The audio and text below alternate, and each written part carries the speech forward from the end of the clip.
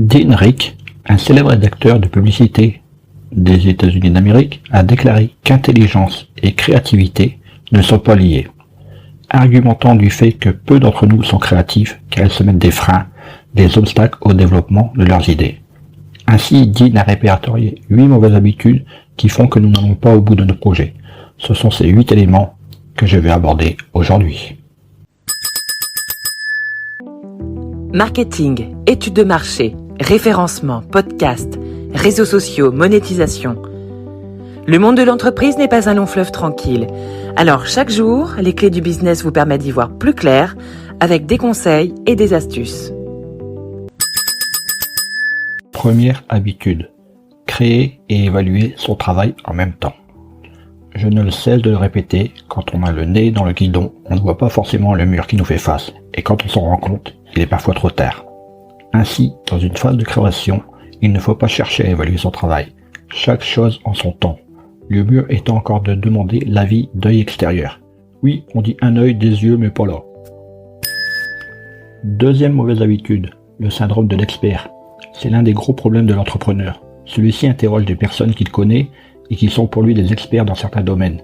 Certes, il faut recueillir ses avis, mais cela ne signifie pas qu'il faille les prendre au pied de la lettre.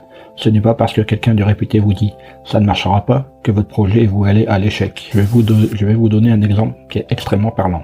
Xavier Niel, qui avait fait fortune grâce au Minitel, avait rencontré les dirigeants de France Télécom, ex-Orange, pour leur proposer son idée de box Internet permettant d'accéder à Internet, d'avoir des centaines de chaînes de télé et proposer également le téléphone. Ses interlocuteurs lui ont fait comprendre que son idée n'était pas bonne et que l'entreprise française n'avait pas besoin de cela pour se développer. Xavier Niel a écouté toutes les remarques qui lui ont été faites et a lancé la Freebox. Autre mauvaise habitude, la peur de l'échec. Phénomène fréquent. Beaucoup de Français souhaiteraient créer l'entreprise, mais peu le font par peur de ne pas réussir. Si vous voulez réaliser une action en voulant éviter l'échec, vous éviterez par là même le succès. Il faut viser le succès pour pouvoir l'atteindre. Toutes les success stories sont faites d'échecs. Je vous invite pour cela, par exemple, à lire la biographie de Steve Jobs. Autre mauvaise habitude qui tue votre créativité, la peur de l'ambiguïté. De nos jours, il y a des coachs, des conseils pour tout. Mais il y a pourtant certaines choses qui fonctionnent sans qu'on en comprenne de suite pourquoi. Et encore, quand on comprend, on a des difficultés à savoir exactement ce qui se passe. Il faut être à l'aise avec cela, c'est tout. Le manque de confiance également tue votre créativité. Le doute est permis. L'incertitude fait partie de certains actes, mais il faut avoir confiance en ses capacités à résoudre les problèmes rencontrés, à créer. Quand tu comprends que les idées semblent souvent folles au premier abord, que l'échec est juste une expérience d'apprentissage et que rien n'est impossible, tu es sur ton chemin pour devenir plus confiant et donc plus créatif. Le découragement donné par les autres personnes.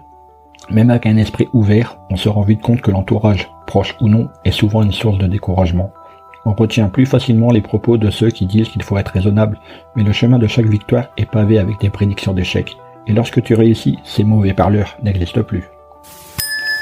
Autre élément, être submergé par l'information. L'information est au cerveau ce que la nourriture est au corps, mais trop manger peut rendre malade. Trop d'infos peut donc être négatif. Quand on crée son entreprise, il faut se renseigner, mais il ne faut pas faire que cela et oublier d'agir. C'est l'action qui est importante, pas le fait d'avoir un maximum d'informations. Dernière mauvaise habitude que l'on rencontre, se mettre de fausses limites. Combien d'entrepreneurs m'ont interrogé sur le statut à adopter pour leur future société? Je ne les compte plus. Construisez votre activité, le statut se dévoilera à vous en fonction de vos besoins et de vos aspirations. Il faut éviter de se poser trop de questions, et surtout ne pas avancer parce qu'on n'a pas la réponse qui nous satisfait. Allez, au boulot!